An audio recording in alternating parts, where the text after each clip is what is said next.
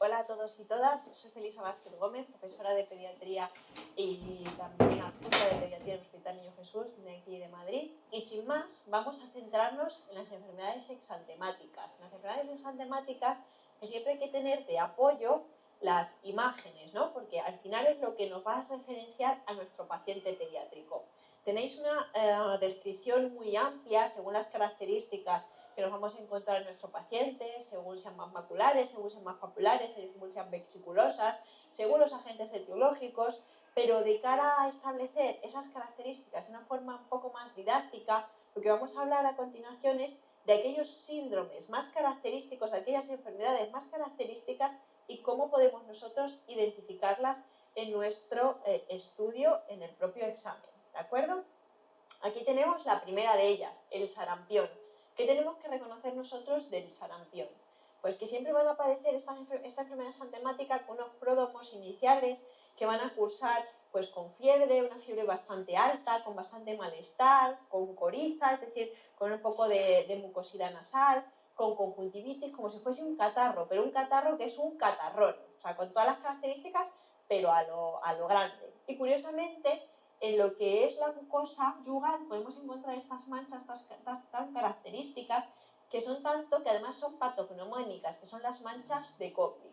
Y a continuación va a ir apareciendo un exantema que aparece normalmente en la zona cefálica facial y se va a ir haciendo descendente, que incluso van a ir confluyendo esas manchas, dando lugar a un aspecto bastante macular, que nos hace tener a un niño con amplia afectación del estado general habitualmente, con fiebre alta, recordad, con catarro, con mucosidad nasal, con conjuntivitis, con esas manchas previas de Koplik en la mucosa yugal, con ese exantema que nos hace pues, pensar en que ese exantema craneocaudal, esas manchas de Koplik, ese exantema maculopapular, no puede ser otra cosa que el sarampión. Del sarampión, como veremos, pues también es importante tener en cuenta el tratamiento. El tratamiento es un tratamiento sintomático. ¿Vemos mucho sarampión? No. ¿Por qué? Porque por suerte tenemos una vacunación también en nuestro medio que cubre esta enfermedad, pero que eso no evita que hay una cierta población que no ha sido efectiva la vacuna en ella o que realmente no han llegado a la vacunación, que lo van a desarrollar. Complicaciones a posteriori que podemos encontrar, sobre todo complicaciones neurológicas, las cuales pues siempre tenemos que unir que el sarampión va a ser uno de los microorganismos más neurotropos de todas las enfermedades exantemáticas que vamos a ver en nuestros pacientes pediátricos. A continuación, ¿con qué nos encontramos? Con unos pacientes que pueden cursar con fiebre, no tan acusada como en el sarampión, pero que sí que pueden relacionarse con adenopatías occipitales laterocervicales de una forma muy llamativa, que son las llamadas adenopatías retro, para acordarnos, con ese exantema también de aparición craneocaudal, ya no tan con la intencionalidad como el sarampión de unirse entre ellos, pero también bastante llamativo, no tan rojizo, un poquito más apagado, y también con especial característica a que pueden tener su condición congénita, que en mujeres que están embarazadas, que tienen una primoinfección por esta enfermedad, en los niños vamos a poder, que nacen de forma característica, ver la famosa triada de Gregg, con alteración ocular, alteración auditiva y cardiopatía. ¿Bien? Esta no es otra cosa que la rubeola. La rubeola, igual, tratamiento sintomático. ¿Vemos mucha rubeola? No, ¿por qué? Porque existe también una vacunación hacia ella. La triple vírica incluye la vacunación frente a la rubeola. ¿Y qué consecuencia podemos ver de la infección así de forma más característica a largo plazo en los pacientes afectos? Afectación articular, como también veremos en una tabla comparativa a continuación. Otra enfermedad también exantemática, no puede ser otra cosa que la varicela, ¿verdad? Esos estadios tan diversos entre ellos, lesiones costrosas, vesiculosas, algunas umbilicadas, aunque eso no sea lo más característico, mucho prurito, afectación también del cuero cabelludo, también afectación en la mucosa bucal, pues esto, con un picor incesante, con febrícula, con más o menos buen estado general de nuestros pacientes pediátricos, pues no es otra cosa, ¿verdad?, que la varicela. Cuidado con la varicela también, porque aunque tenemos vacunación, pues del mismo modo de lo que hemos ido refiriendo, pues podemos ver casos en pacientes que no estén bien vacunados o que no hayan sido vacunados. Y especial cuidado en niños inmunodeprimidos o en niños inmunocompetentes que tengan contacto con pacientes inmunodeprimidos, porque ellos pueden ocasionar grandes problemas e incluso poner en peligro su vida. El tratamiento va a ser tratamiento sintomático, intentando aliviar el picor, y sobre infecciones, pues tenemos que vigilarlas mucho porque va a ser una de las principales complicaciones de la varicela, así como también neumonías, sobre todo en pacientes inmunodeprimidos, y también puede atravesar la barrera hematoencefálica en algunas ocasiones esta varicela y producir también efectos neurológicos o afecciones neurológicos. Importante, esa apariencia polimorfa, vesículas umbilicadas, aunque no es más frecuente, también se pueden encontrar, y las lesiones aftosas en paladar.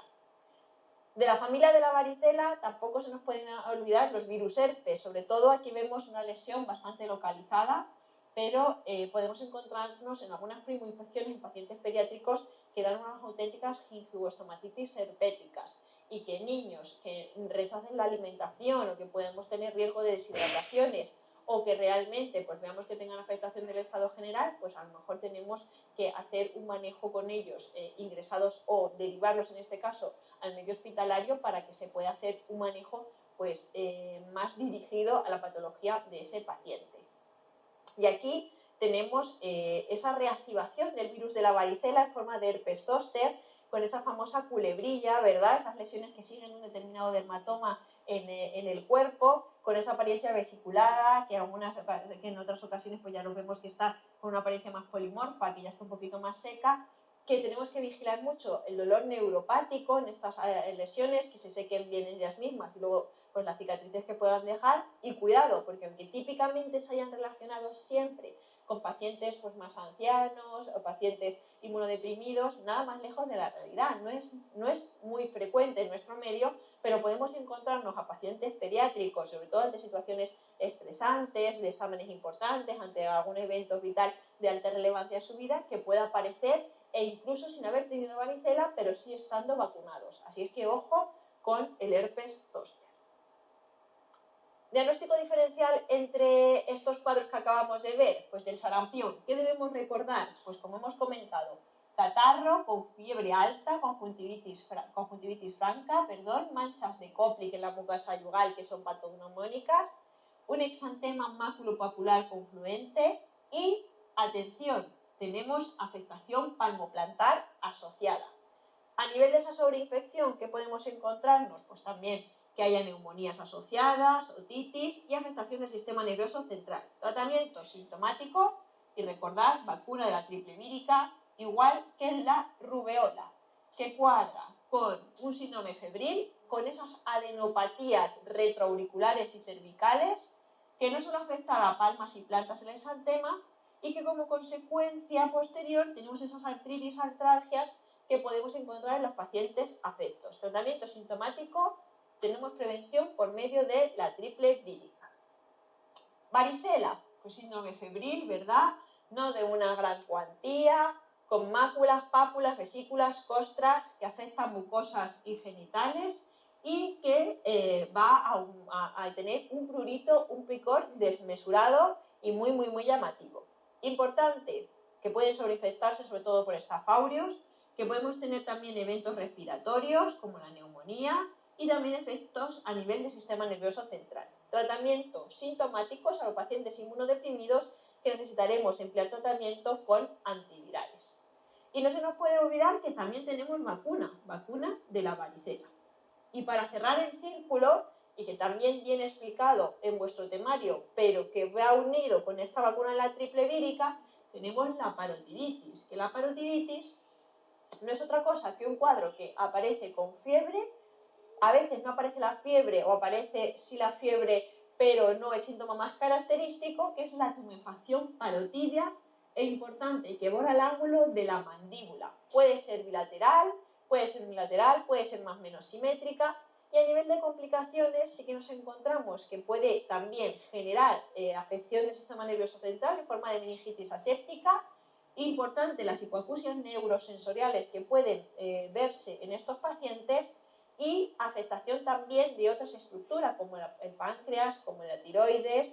Hay veces que incluso sin aparecer la propia parotiditis en forma de esa tumefacción de la glándula podemos tener esa afección, y también la inflamación de las gónadas, orquitis u oforitis, aunque es rara la esterilidad. Tratamiento sintomático y recordar la introducción también de esa defensa o ese sistema también para protegernos de la peritonitis en esa triple vírica junto con la rubeola y el sarampión.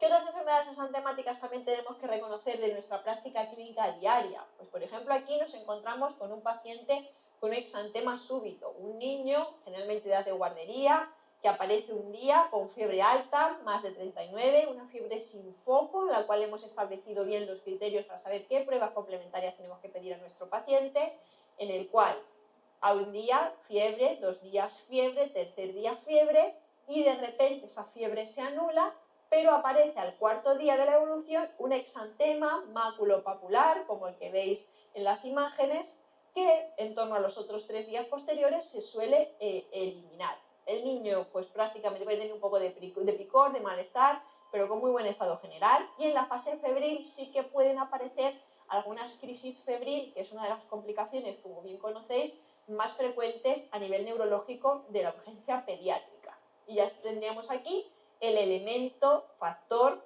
el que va a provocar esa crisis convulsiva. Recordad, súbito, que va a aparecer con la desaparición o disminución de la fiebre, de tipo maculopapular y que desaparece a los pocos días. Esta imagen, pues típica del eritema infeccioso, agente causante, parvovirus B19, típico niño escolar, síndrome del niño abofeteado también llamado, por esa característica que suele aparecer a nivel de la parte malar, en el cual el niño tiene fiebre los días de antes, se quita la fiebre, aparece ese exantema, que en los miembros y en el cuello suele ser más reticulado, y ojo, que en ellos suele aparecer y desaparecer sin pena ni gloria, como suelo decir yo, pero cuidado, si son siempre inmunocompetentes, si son pacientes inmunodeprimidos o tienen una especial predilección por algún tipo de enfermedad hematológica, por ejemplo, tienen una anemia hemolítica de base tipo drepanocitosis, talasemias, esferocitosis, el parvovirus puede causar en ellos una anemia hemolítica, una crisis hemolítica que les fastidie y bastante. También pueden causar crisis aplásicas totales y en el caso de mujeres embarazadas, abortos o hidrops de causa infecciosa. O sea que cuidado porque parece muy banal, pero puede tener sus complicaciones a corto, medio plazo. El signo de la bofetada, esas extremidades y el aspecto reticulado. Entre estas dos últimas que hemos visto, ¿cómo podemos hacer diagnóstico diferencial? Pues esa quinta enfermedad, el eritema infeccioso causado por el parvovirus B19, como hemos dicho, días previos síndrome febril, se queda febril posteriormente y aparece un exantema de 3 fases, en las mejillas, aclaramiento en redes y maculopapular generalizado. Efectos secundarios al medio o largo plazo, esas anemias aplásicas en pacientes con anemias hemolíticas o crisis hemolíticas, abortos, hidrosfetal y también artritis. Tratamiento sintomático. Del exantema súbito, pues sobre todo el virus herpes 6 como principal causante, hay que recordar, un poquito también se ha visto relacionado con el herpes 7. La regla del 6 es síndrome febril 3 días, fiebre, fiebre, fiebre, desaparece la fiebre y aparece un exantema macular que dura aproximadamente otros 3 días. Puede originar crisis febriles en esta fase febril, tratamiento sintomático, pero cuidado en pacientes inmunodeprimidos, trasplantados, por ejemplo, que sí que van a necesitar tratamiento dirigido para ese herpes 6. ¿Qué más enfermedades exantemáticas tenemos que recordar? Por ejemplo, el Kawasaki, una gran emergencia médica en el paciente pediátrico, por la repercusión que puede tener si no se maneja de una forma adecuada. ¿Qué ocurre con la enfermedad de Kawasaki? Que es la que se conoce como una enfermedad de superantígenos que tiene como foco de afección la vasculatura de pequeños medianos vasos, pero con una fijación muy determinada en las coronarias. Por tanto, se dice que es la principal causa de cardiopatía isquémica adquirida en nuestro medio. ¿Cómo aparece? ¿Cómo nos dan los datos de alarma? Pues aparece con un cuadro febril, sin un foco determinado, de varios días de evolución, hasta 5 es lo que está considerado como un Kawasaki clásico, pero un Kawasaki pues incompleto también puede tener menos días de fiebre, pero que relaciona también otros eventos a nivel de la exploración física, que puede ser una conjuntivitis o más que una conjuntivitis, una hiperemia conjuntival muy marcada, un eritema macular, sobre todo en la parte facial y en el tronco, descamación periungueal, y también podemos encontrar una lengua en fresa, una lengua pues como bastante saburral, con algunos datos así tipo inflamatorios, algunas adenopatías, una piuria estéril, pero bueno, cosas así como a recordar, sobre todo lo que decimos, ese síndrome febril más o menos acusado y con esos labios rojos, fisurados, hiperemia conjuntival, alguna adenopatía, esa lengua en fresa, esa descamación periungueal, como los criterios más llamativos, y ese edema también de manos y pies. El tratamiento de la enfermedad de Kawasaki tiene que ser ante la sospecha diagnóstica muy rápido, intentando esa reacción inflamatoria de afección ante los vasos coronarios que no se produzca, o intentar, si se ha producido, disminuirla al máximo. ¿Y cómo lo hacemos? Con tratamientos antiinflamatorios a dosis altas y con inmunoglobulinas más menos corticoides, y por supuesto con un manejo hospitalario urgente, por lo que nos estamos jugando entre manos, que es que no se genere esa cardiopatía isquémica, esos aneurismas en las coronarias, y en el caso de que ya lleguemos tarde, pues tenemos que tener un manejo exhaustivo y un manejo muy estrecho por parte de los cardiólogos pediátricos. En otras ocasiones, esa lengua frambuesada no se relaciona con la enfermedad de Kawasaki, sino que se relaciona con otro tipo de exantema que también se llama escarlatiniforme, en relación, como no, por la escarlatina, que es un exantema pues muy rugoso, que se palpa, a veces que se dice clásicamente que se palpa mejor que se ve, que es muy fino, que puede tener pues bastante afección de toda la superficie corporal, pero respetando el surco nasogeniano y siendo un poquito más marcado en las zonas de los pliegues, como lo que vemos aquí nosotros, ¿de acuerdo? Entonces, hay veces que sí que se relaciona esta escarlatina con un foco de faringoamigdalitis aguda, y el tratamiento va a ir dirigido al agente etiológico al que lo provoca, que es el Streptococcus pyogenes. También en niños más mayores, como podemos ver, puede venir asociados con dolor abdominal y otras clínicas que nos van a permitir hacer diagnósticos diferenciales entre otros eventos, tanto de la propia faringoamigdalitis como a nivel cutáneo, que nos vamos a ir encontrando. Pero asociando esa afectación máxima en pliegues, esa piel en papel de lija, esa lengua en fresa y esas líneas de Pastia, que es el nombre que refieren en los pliegues más acusados. Diagnóstico diferencial entre estas enfermedades que acabamos de comentar, pues el Kawasaki, recordar esa fiebre prolongada, adenopatías, conjuntivitis no purulenta más hiperemia facial y conjuntival, lengua en fresa, labios fisurados, edemas, exantema generalizado, esenciales esos aneurismas coronarios, e importante el manejo con antiinflamatorios, gamma globulina, más o menos corticoides si se precisa. Evento agente etiológico de la escarlatina, Streptococcus pyogenes, el exantema en papel de lija, esas líneas de Pastia, las facies de Philadelphia, que es ese respeto del surco nasogeniano, esa posible relación con la faringoamigdalitis aguda y la lengua en fresa. Importante, la relación que ha demostrado la escarlatina o esa afección por Streptococcus pyogenes con otras complicaciones que pueden aparecer en nuestros pacientes, como puede ser la fiebre reumática y la glomerulonefritis postestreptocócica, en la importancia de hacer un buen diagnóstico, que puede ser un diagnóstico simplemente clínico, pero tenemos otros test que nos pueden ayudar a hacer un test rápido para apoyar ese diagnóstico, tratamiento, antibioterapia, idealmente con penicilina, salvo que el paciente sea alérgico o tengamos otra complicación. Además, la penicilina, de tratar y ayudarnos a tratar la escarlatina, también nos puede ayudar a prevenir la fiebre reumática, no así la glomerulonefritis postestreptocócica.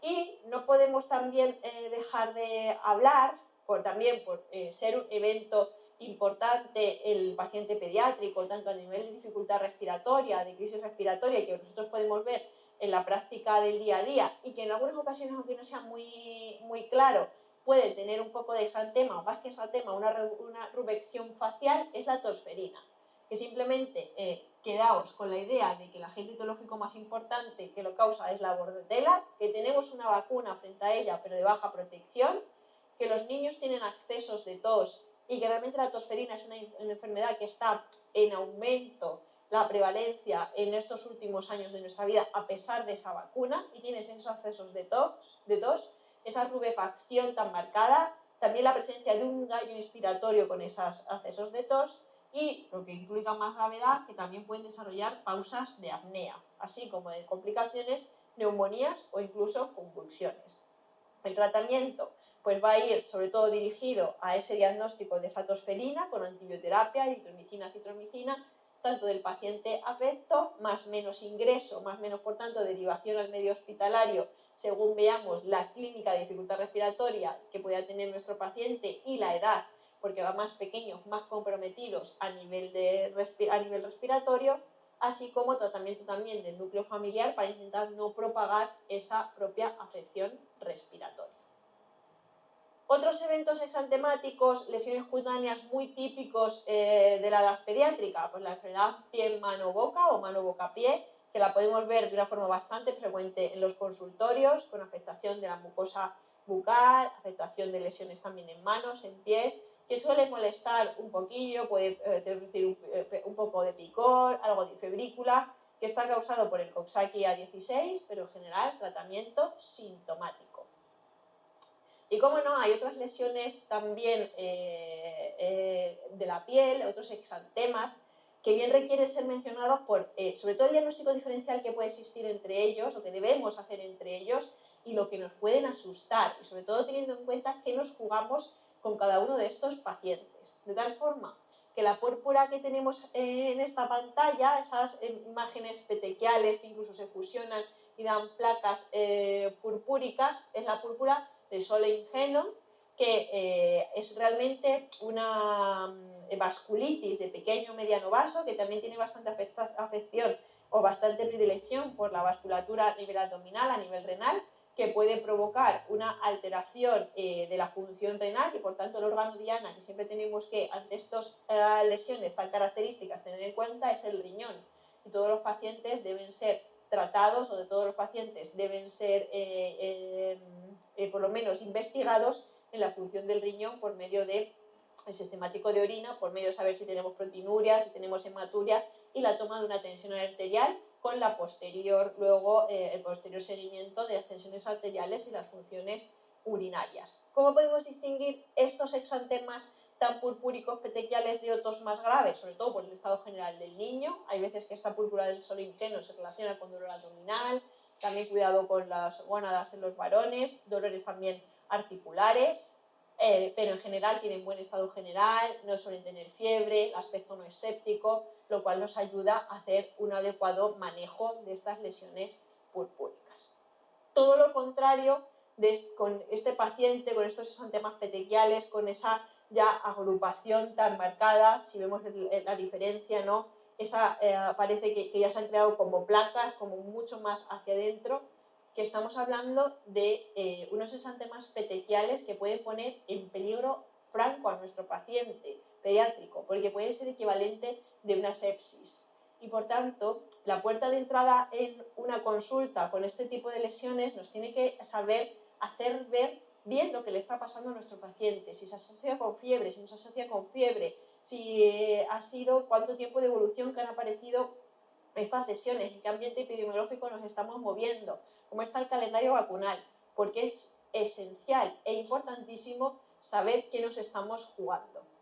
Y rápidamente unas pinceladas de saber que no es lo mismo una infección, que ya sabemos que es la respuesta inflamatoria a diferentes organismos que puede tener nuestro cuerpo, a una bacteriemia, una viremia fungemia, que es la presencia de esos gérmenes en la sangre, con lo que es una sepsis, que es cuando ya tenemos una repercusión tanto de la temperatura, frecuencia cardíaca, frecuencia respiratoria, cuando hay alguna reacción inflamatoria bien evidenciada en los niveles analíticos, de una sepsis grave, cuando ya tenemos alteración en la perfusión de distintos órganos, alteración del sistema nervioso central, urinario, hipotensión, de un shock séptico, en el cual pues, ya existe una hipoperfusión de distintos tejidos, que es bastante refractaria, incluso a expensas de poner mucho líquido, que puede seguir de un shock, que también puede relacionarse, aunque no es tan frecuente en pediatría, con un shock hipovolémico, y que el cual nuestro cuerpo a nivel hemodinámico está intentando pues soportar como puede por medio de las tensiones arteriales, de las frecuencias cardíacas y frecuencias respiratorias. Y es que realmente la presencia, y vuelvo a esta imagen, de estas lesiones en un paciente febril, en un paciente con mal estado general, puede ser el equivalente y puede ser la única forma de llamarnos la atención de que estamos ante un shock séptico y que estamos poniendo en íntimo peligro la vida de nuestros pacientes. ¿Y por qué me detengo tanto aquí? Es importantísimo reconocer al paciente pediátrico ante una sospecha de sepsis. Para disminuir la mortalidad hay que tener la sospecha, hay que reconocerlo, hay que empezar los antibióticos rápido. Normalmente, pues cefalosporinas de tercera generación, si son neonatos también podemos empezar ampicilina, luego también podemos añadir vancomicina. La punción lumbar la dejamos en otro momento porque no es lo que nos acontece a nosotros en el centro de salud. Lo que nosotros tenemos es que tener esa sospecha diagnóstica, canalizar una vía e iniciar antibioterapias, sobre todo con cefalosporinas de tercera generación. Y ya se complementarán, pues claro, por supuesto, si es neonato ampicilina, si tenemos a mano vancomicina, pero de eso va a depender realmente el que nuestro paciente llegue bien, que nosotros en el momento que lo tengamos estabilizado llamemos a una ambulancia, que lo derivemos al hospital más cercano y que luego ahí ya pues seremos candidatos de ir a la UCI o hacer lo que sea, pero en nuestras manos están esas medidas, ¿vale? O sea, intentar poner antibioterapia, canalizar vía, poner volumen hasta que nos atienden a nuestra llamada, canalizar esa vía cuando se necesita, porque el objetivo sobre todo es pues, normalizar esa frecuencia cardíaca, ese relleno capilar, y que al final el tiempo es oro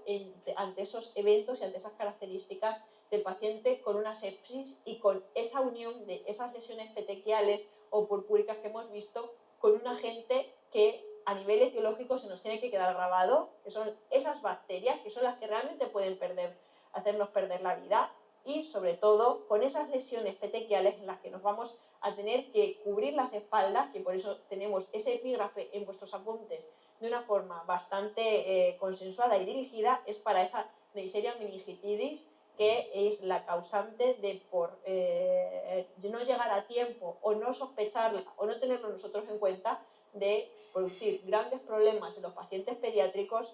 Y esa es nuestra misión, ante unas petequias o ante una púrpura, pensar en esa Neisseria meningitidis, valorar el paciente pediátrico cómo está y ante la duda iniciar antibioterapia y enviar cuando esté estabilizado a un centro hospitalario.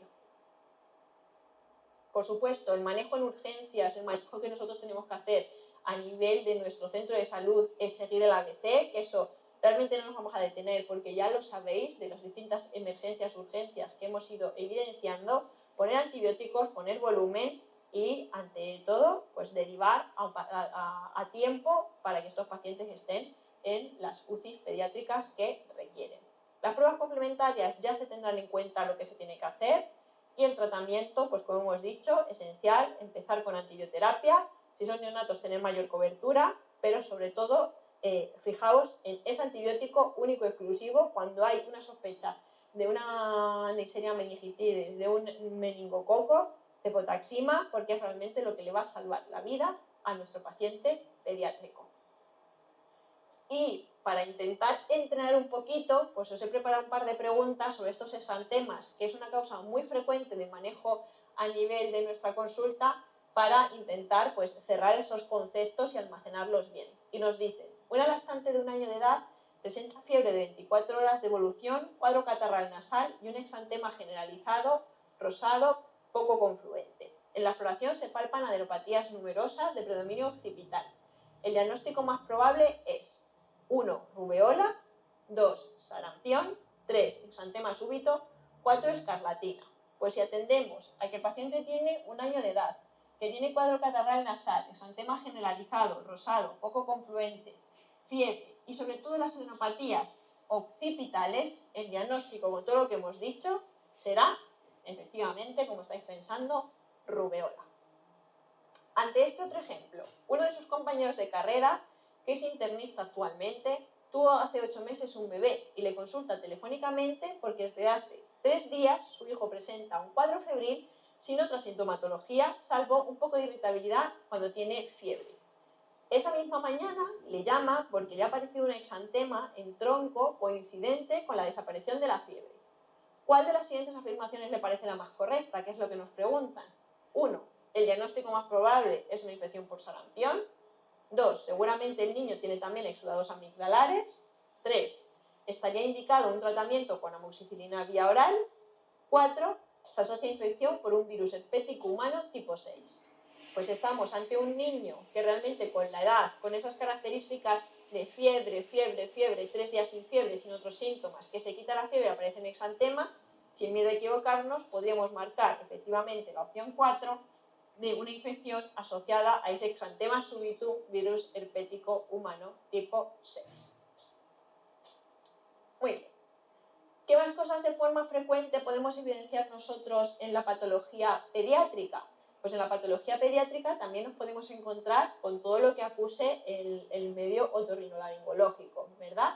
Y también incluso dentro de aquí algunas evidencias, algunas características de otros cuadros respiratorios que también son muy comunes, aparte de lo que ya se ha visto en otros posibles temas. De la otitis externa no nos vamos a entretener mucho, simplemente que sepáis o que recordéis que es más frecuente en pacientes que van a las piscinas, que se produce una inflamación del conducto auditivo externo, que hay gérmenes más frecuentes como la pseudomonas aeruginosa, pero que no se nos puede olvidar los hongos, que también en pacientes que tienen otitis recurrentes a nivel externo también pueden ser los causantes, y que los síntomas más predominantes pueden ser la otalgia y sobre todo el signo del trago positivo que se dice, más o menos otorrea.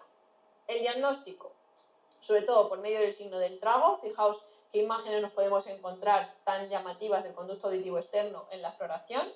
La tracción del pabellón también va a ser bastante dolorosa y luego pues se pedirán pruebas complementarias, aunque no es lo más habitual en la consulta de atención primaria, si ya vemos que tienen resistencia al tratamiento o si vemos una otitis externa necrotizante, que eso sí que puede poner claramente en peligro la vida de nuestros pacientes. En cuanto al tratamiento, rápidamente, tratamiento sintomático, recordad, pues manejo con analgésicos, con antiinflamatorios, evitar la humedad, por tanto tendremos que intentar que no vayan a la piscina unos días. Y hay veces que sí que ponemos tratamiento antibiótico empírico con más o menos corticoides si realmente vemos mucha inflamación, aunque esto está parcialmente demostrado. Y el tratamiento de elección será el ciprofloxacino tópico. ¿Y cuándo vamos a valorar derivar a un paciente a consulta de atención especializada hospitalaria? Pues cuando ya veamos una otitis externa necrotizante o una otitis externa maligna como sospecha inicial de nuestro paciente, o cuando veamos una celulitis secundaria o una pericondritis, que es la inflamación de todo el cartílago secundaria a estos eventos. En cuanto a la otitis media aguda, pues la otitis media aguda pues nos vamos a encontrar que es la inflamación de la mucosa del oído medio. Los gérmenes más frecuentes que tenemos asociados con estas otitis medias agudas pues van a ser el neumococo, el Haemophilus influenza y la Monacella catarrhalis.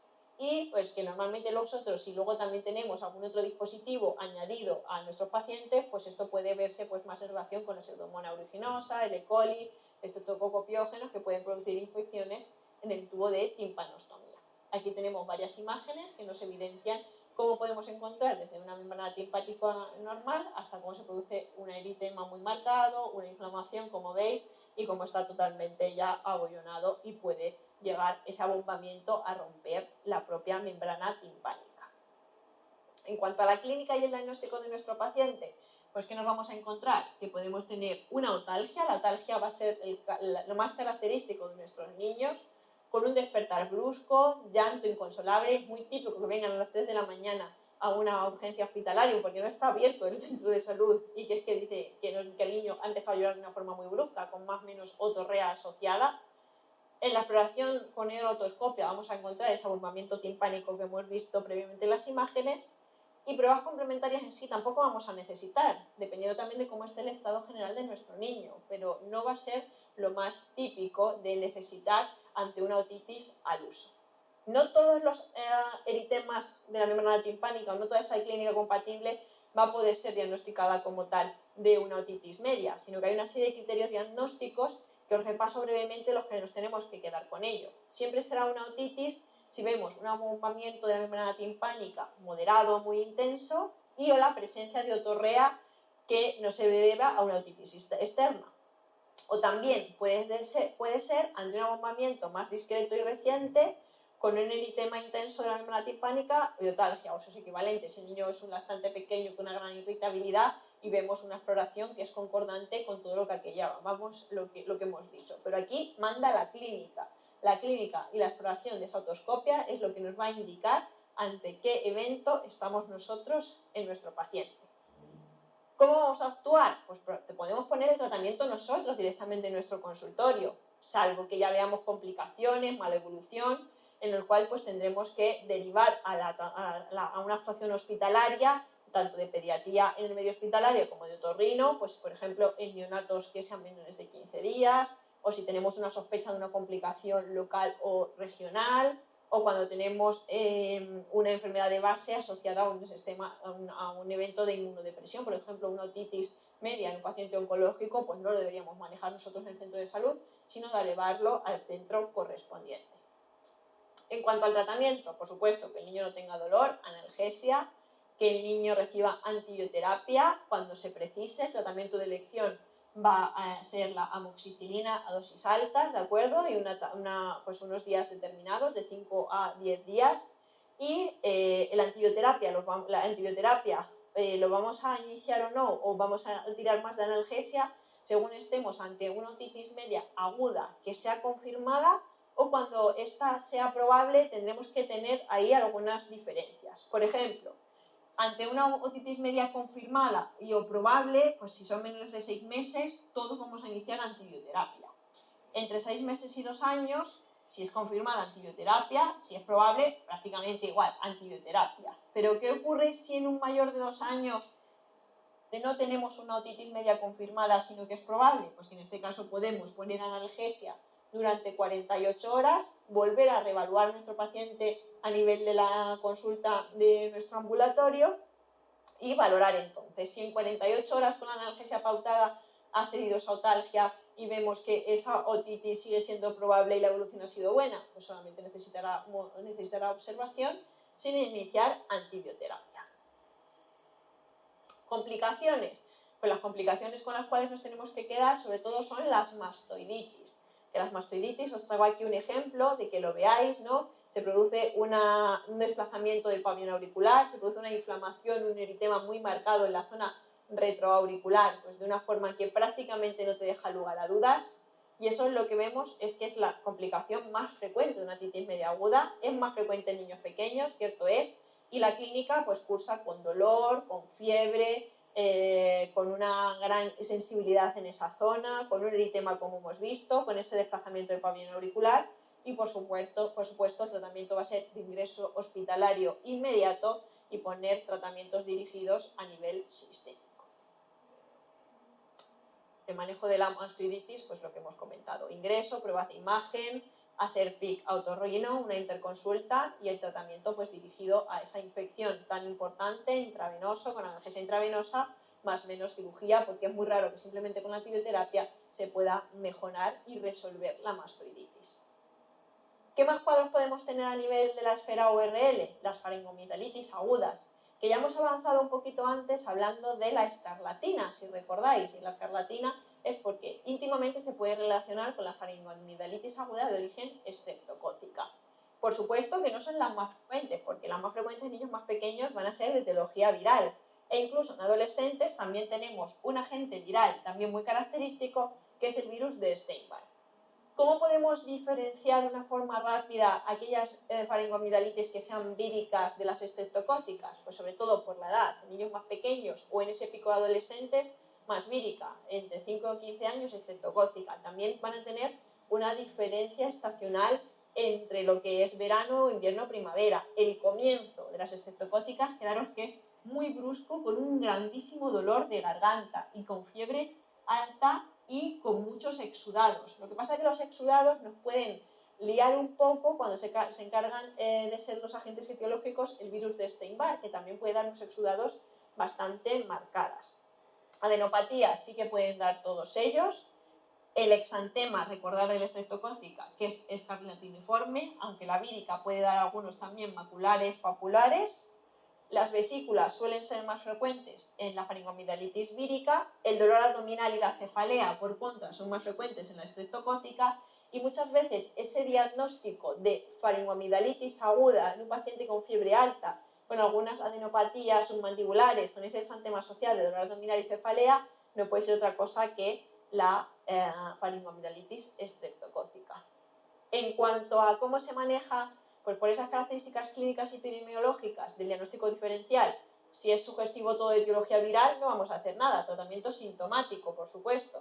Mientras que si es sugestivo de etiología estreptocócica, si lo tenemos claro, clarísimo, iniciaremos antibióticos de todas. Si tenemos alguna duda y podemos tener el resultado rápidamente de un exudado a nivel faríngeo, de un cultivo, pues podemos esperar, le cogemos el cultivo y si es positivo le tratamos con antibiótico. Y si tenemos la disponibilidad, como ocurre en muchos centros de salud, de tener un test rápido para el antígeno de estreptococo del grupo A, podemos realizarlo y si ya es positivo, pues tener ese tratamiento antibiótico iniciado. Pero si lo tenemos muy claro, como bien sabéis, directamente podemos iniciar el antibiótico. Antibiótico de elección penicilina si se puede, ajustado a la edad de nuestros pacientes y o a sus pesos. Si vemos que no se puede cumplir porque no nos fiamos de la familia o porque realmente el niño tiene muchos vómitos y no lo tolera, se puede utilizar una dosis única de penicilina benzatina intramuscular. Y en el niño que sea alérgico, pues podemos utilizar los macrólidos, miracitromicina o eritromicina, ajustado a los pesos de los pacientes. Pero cuidado, que aunque parezca una patología banal, sí que podemos encontrar complicaciones derivadas de ellas, como pueden ser abscesos, bien a nivel periamigdalinos o retrofaringios, que sí que van a necesitar que nosotros estemos muy pendientes de ellos y que se traten con una derivación intrahospitalaria, con antibioterapia y con un manejo en los hospitales. ¿Qué más complicaciones podemos encontrar nosotros a nivel respiratorio, también dentro de la esfera URL, pero ya siendo un poco más bajos? Pues ya vimos en su momento en otros temas el manejo del asma y otros cuadros respiratorios, pero aquí nos ocupa lugar también hablar de la bronquiolitis, que la bronquiolitis no es otra cosa que el primer episodio de dificultad respiratoria que tiene lugar en un lactante, por tanto, niño menor de 2 años. Ese primer episodio de dificultad respiratoria no es otra cosa que la ocupación de los bronquiolos, que es la vía más fina distal del aparato respiratorio, de una mucosidad nasal y de una inflamación a nivel de los bronquios. Y esa hinchazón bronquial va a producir una dificultad en el intercambio gaseoso que va a ocasionar unos datos de dificultad respiratoria que van a ser el equivalente de lo que nosotros vamos a ver externamente en nuestro niño. Esa afectación de la pequeña vía aérea en menor de 2 años, primer episodio obstructivo, también va a ser más típico de una época epidémica determinada, que van a ser los meses, sobre todo, de noviembre, diciembre, enero. Y el principal agente etiológico es el virus respiratorio sincitial.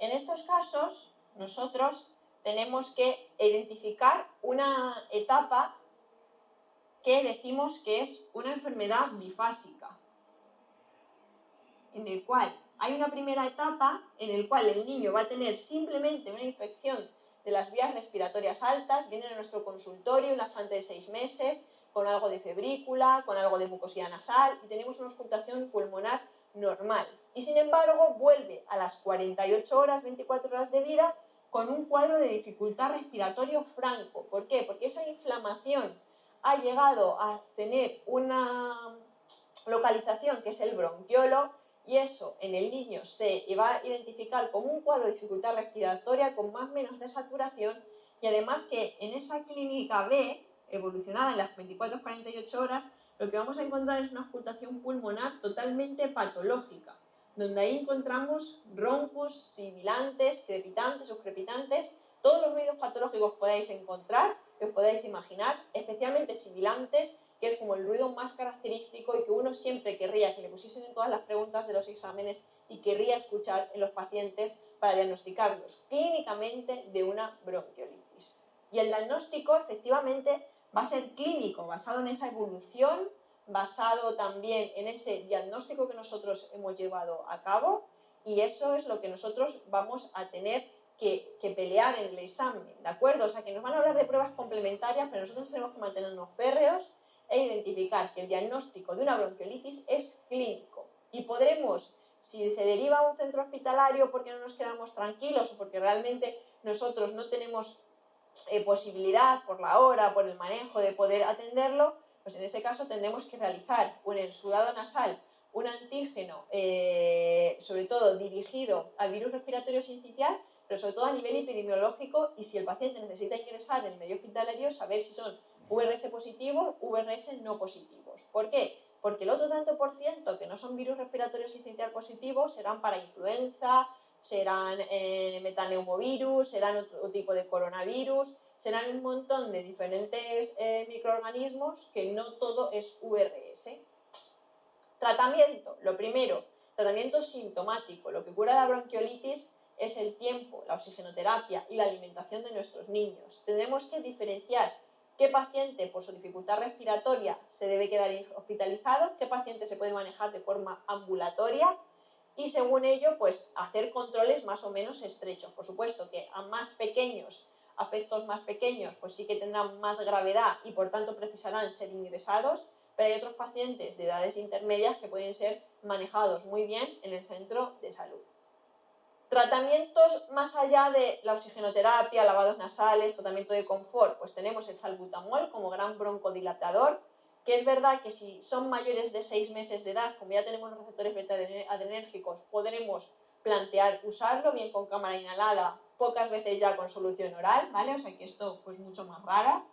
La adrenalina nebulizada cada vez se emplea menos porque ni la adrenalina nebulizada ni los suelos salinos fisiológicos ni hipertónicos realmente se ven que hayan demostrado nada en estos pacientes.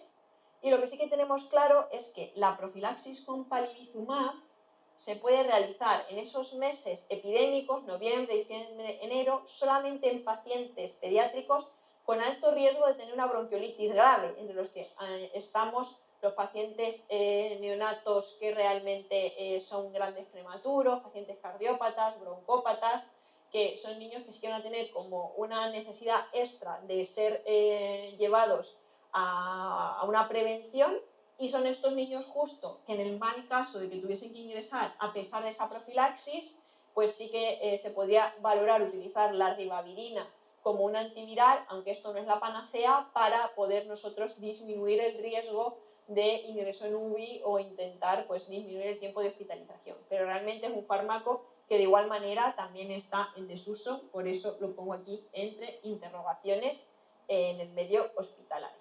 ¿Vale? Diagnóstico clínico, primer episodio, dificultad respiratoria, primera fase de catarro, segunda fase de dificultad respiratoria. Tenemos que decir si lo podemos manejar nosotros en el centro de salud, si lo tenemos que derivar a nivel hospitalario y con eso ya pues poner el tratamiento adecuado. ¿Qué más cosas nos podemos encontrar en el manejo de la patología más frecuente? Pues sobre todo las infecciones del tracto urinario en el paciente pediátrico. Premisas que nos tienen que quedar claro, que a nosotros lo que nos interesa es saber identificar bien qué tenemos detrás de esa primera infección del tracto urinario, porque en ocasiones, sobre todo en esas primeras infecciones urinarias en los niños menores de 2 años, nos encontramos lesiones que están por detrás, que son malformaciones renales, malformaciones del tracto urinario, que la pista nos la va a dar esa primera infección urinaria. De tal forma que ahora, enlazando con nuestros temas, podréis entender que esa fiebre sin foco, ante un paciente pediátrico menor de 2-3 años con fiebre sin foco, siempre tengamos esa obsesión por analizar la orina, porque es una posible causa de enfermedad bacteriana grave, oculta, que puede estar detrás de esa simpleza de tener fiebre, pero claro, en niños pediátricos pequeños no nos pueden decir que tengan una clínica misional, nos tendremos que basar en esos síntomas inespecíficos, como la irritabilidad, los vómitos, estancamiento ponderal, para poder pensar en una infección urinaria y tras esa infección urinaria, si la hemos diagnosticado de forma correcta, poder saber si tenemos que hacer más pruebas complementarias buscando si hay otras malformaciones detrás. ¿Por qué? Porque cada una de estas infecciones urinarias va a poder provocar una cicatriz renal y una cicatriz junto con otra cicatriz, pueden ocasionar una disfunción renal, y eso es lo que nosotros tenemos que ponernos por delante y que no se produzca. Los gérmenes más frecuentes, pues lo que ya conocemos, E. coli, Klebsiella, Proteus, son más frecuentes estas infecciones, sobre todo en los niños varones cuando son menores de 1 año y no están circuncidados. A partir de entonces será el sexo femenino el predominante. Por tanto, ¿qué tenemos que hacer? Ante una fiebre sin foco o la sospecha mínima de una infección urinaria, intentar, ante la sospecha, colocar una bolsa recolectora y en esa bolsa recolectora, en esa muestra de orina, hacer una tira reactiva y recoger un sedimento. ¿Que eso es todo normal? Perfecto. El niño no tiene una ITU. ¿Que sí que hay alguna alteración? Si tiene alteración, tenemos que buscar una orina, de nuevo, por un método estéril, un método de confirmación, que sea por una punción suprapúbica o por un sondaje.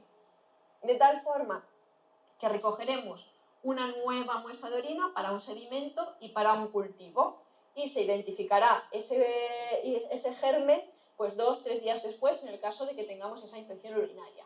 ¿Vamos a esperar a tener el cultivo? Por supuesto que no, vamos a iniciar antibioterapia antes, y esta antibioterapia se pondrá de una forma u otra según la edad de nuestro paciente pediátrico y según esté a nivel de estado general. En un niño mayor de 3-6 meses con muy buen estado general, con una analítica de sangre normal, se puede poner antibioterapia de amplio espectro y se puede marchar a casa con un control ambulatorio, por supuesto. Incluso eso lo podemos hacer nosotros desde el centro de salud, sin ningún tipo de necesidad de derivarlo, porque luego el estudio posterior correspondiente lo podemos hacer nosotros desde el centro de salud. En este caso es esencial saber seguir el protocolo de actuación para recoger esa muestra de orina e identificar cuándo tenemos que derivar ante esa sospecha de infección de orina a un centro hospitalario, cuándo lo podemos hacer nosotros a nivel del centro de salud.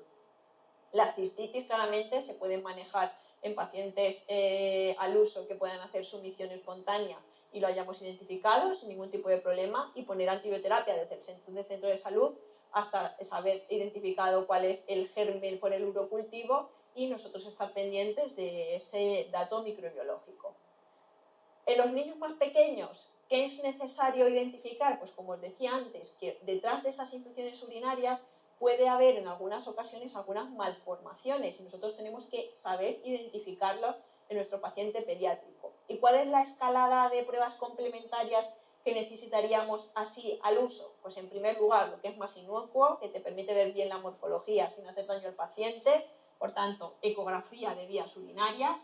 Si aquí no vemos nada, nos paramos aquí. Si aquí vemos algún tipo de alteración o una sospecha de una malformación mayor, podemos utilizar pruebas con contraste, como puede ser la cistografía miccional seriada. Y por último, también tenemos que reconocer el papel de la gammagrafía con DSMA, que es otro radioisótopo que nos permite, en fase aguda, si hay dudas diagnósticas, saber a lo que nos estamos enfrentando, y sobre todo, esencial, la gammagrafía, usarla en la fase crónica para identificar cicatrices renales. Y esa es la importancia realmente de poder manejar muy bien o poder saber identificar bien dónde están las infecciones urinarias en nuestro paciente pediátrico y con ello actuar en consecuencia buscando si hay causas reales, morfológicas y funcionales detrás para que provoque esa infección del tracto urinario. Otra infección también muy relevante que tenemos que sospechar nosotros ante diferentes características de nuestros pacientes pediátricos en nuestro centro de salud son las meningitis. Que las meningitis no es otra cosa que la inflamación de las lactomeninges, que puede estar bien de la aracnoides que a madre, como veis en la imagen, que puede estar producida tanto por virus, por bacterias, por el Mycobacterium tuberculosis o por hongos. Y a nosotros lo que nos interesa realmente en pediatría son el diagnóstico diferencial entre virus y bacterias, y así se escapa más de la norma del paciente inmunocompetente, pero con algunas características epidemiológicas más características por la tuberculosis.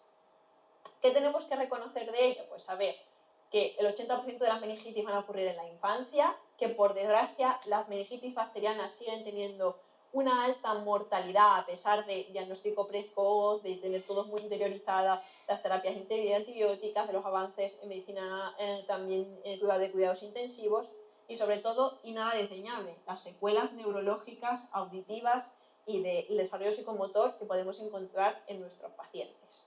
En cuanto a la etiología, pues ya sabéis, como tenéis en los apuntes, que va a ir determinada según los grupos etarios que nos encontremos, y dentro de los grupos etarios incluso si no son pacientes inmunocompetentes, si tenemos algún tipo de patología de base, si tenemos alguna válvula, si tenemos algún tipo de dispositivo, eso también puede variar. En cuanto a la clínica, pues es lo que más nos interesa. ¿Cuándo tenemos que pensar nosotros que estamos ante una meningitis por la clínica? Pues sobre todo en el meningococo, ojo de lo que hemos repasado, esos exantemas petequiales, esa prostración, ese mal estado general, esa evidencia de un catarro de vías altas, que puede ser también prodrómico del meningococo, ¿vale? Esa odinofagia también, en algunos niños una otalgia muy intensa, una otitis media aguda, sobre todo en neumococos, streptococcus pyogenes, hemofilos influenza, y también en cuanto, aunque sea más rara, pues la presencia de sinusitis o de patología crónica automastoidea, aunque es más rara en la edad pediátrica, que también puede llevar a tener accesos cerebrales y con eso meningitis. En cuanto a la clínica, también ya fuera de los pródromos, pues según las edades también nos vamos a encontrar mayor o menor sintomatología. En los más pequeños, pues mucho decaimiento, irritabilidad, pues alteraciones también del sueño, que pueden llegar incluso a convulsionar, podemos tener vómitos, distensión abdominal, abombamiento, fiebre, por supuesto, y abombamiento de la fontanela anterior incluso, pero esto puede estar no presente. En los niños más mayores, pues sobre todo pues síntomas más típicos de lo que es todo lo que hemos visto inicialmente, ¿no? En niños más pequeñitos que estén ahí un poco como en la punta, o sea, digamos como en la frontera entre los 3 meses, 4 meses, 5 meses, y también fiebre elevada, ya podemos evidenciar algo de rigidez de nuca, los signos meningios típicos, sobre todo en mayores de 12 y 18 meses, importante que recordéis esto porque ya se ha cerrado la fontanela, por supuesto, ese exantema, esa erupción maculopapular con petequias y púrpura que ya hemos visto, y espero que eso se haya quedado bien grabado, del meningococo, y luego la focalidad neurológica, por supuesto el estupor o incluso el coma cuando niños llegan ya muy pasados, y en mayores de 2 años muy parecido a lo que ya tenéis interiorizado de los pacientes adultos con el síndrome meningio clásico. Y aquí tenemos los signos típicos meningios de Kernin y de Brusinski, con lo que nosotros llamamos signos meningios positivos en la exploración física, que sigue siendo esencial en nuestros pacientes. En el diagnóstico, pues como bien habéis pensado, necesitamos una extracción de líquido cefalorraquídeo por medio de una punción lumbar. ¿Siempre se puede hacer de primeras? No. Si el paciente tiene una inestabilidad hemodinámica, se pondrán antibióticos antes de ellos. Si el paciente pensamos que tiene una hipertensión intracraneal, antes de pincharle deberemos hacer una prueba de imagen, un TAC, una resurgente, y por tanto derivarlo al medio hospitalario ante la mínima sospecha, y si vemos que hay contraindicación, iniciaremos una antibioterapia empírica antes de poder tener una complicación muy acusada de hacer la punción lumbar directamente a nuestro paciente. Y según la bioquímica, que siempre habrá que extraer tubos cuando se puede hacer la punción lumbar, tanto para la bioquímica como para los microorganismos, tendremos una serie de pistas, según sea normal, según sea vírica, según sea bacteriano, según sea un poco más de características tuberculosas, pero en relación con el tipo de células, las proteínas en el líquido cefalorraquídeo y la glucorraquia que podemos encontrar en ellos. Y el tratamiento, en relación sobre todo a la etiología bacteriana, pues no os voy a reiterar más de lo que ya estáis pensando: antibioterapia, antibioterapia, antibioterapia, de forma empírica, con mucha cobertura inicial, que luego ya tendremos tiempo de ir retirando. En relación a los corticoides, pues sobre todo se deben iniciar rápido y suspenderlos rápido, una vez que se hayan descartado etiologías como el neumococo, el Haemophilus influenzae y la tuberculosis, que en ellos tampoco se ha demostrado mucha cosa. Importante recordar las distintas secuelas neurológicas y hacer diagnóstico, y especialmente la sordera que pueden tener estos niños, y hacer diagnóstico diferencial con la tuberculosis, con su afección claramente meningia, y las víricas, que por suerte suelen ser más frecuentes que las bacterianas en la edad pediátrica. Y por último, este tema no se podría cerrar sin dar unas pequeñas pinceladas de cómo puede estar afectando un tema tan actual como es la infección en esta pandemia del SARS-CoV-2, o también llamado COVID-19, en el paciente pediátrico. Y por suerte somos de los grandes beneficiados, porque los pacientes pediátricos, salvo en situaciones extremas, situaciones de inmunodepresión muy importante o pacientes trasplantados, no estamos teniendo la desgracia de tener que lidiar con esta infección en ellos. Y en muchas ocasiones las manifestaciones clínicas, que es lo más llamativo de este tema que podemos encontrar en los pacientes pediátricos, son infecciones prácticamente asintomáticas o con un leve cuadro catarral. Es verdad que estos leves cuadros catarrales en algunos pacientes tienen una evolución un poquito más tórpida y hacen reacciones un poquito más graves, como con disnea, dolor torácico, dolor de garganta, tos o incluso algunas neumonías con una evolución más o menos tórpida, que puede incluso evolucionar a sepsis. Es verdad que tienen ese foco respiratorio, no es lo más común, pero sí que se puede dar. También de forma característica se han visto bastantes manifestaciones cutáneas de los pacientes afectos de COVID-19 o incluso con su aislamiento, que se piensa que puede estar en relación con la vasculatura y la afección del SARS-CoV-2 a ese nivel, el nivel de petequias, de edemas, de exantemas micropapulares, exantemas maculares muy difusos. muy variados.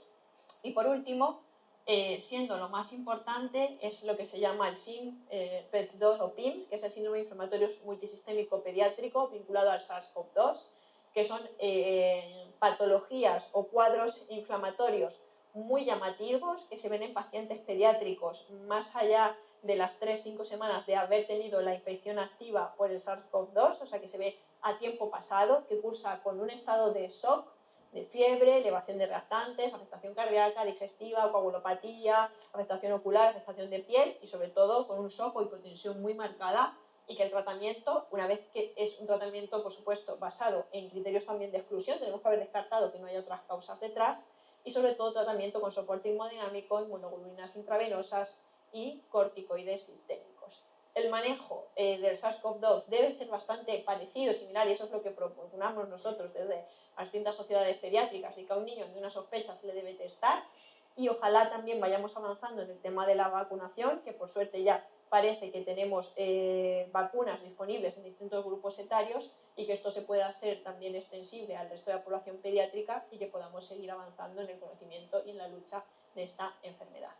Y con todo ello, llegamos hasta el final de este tema. Muchas gracias y mucho ánimo.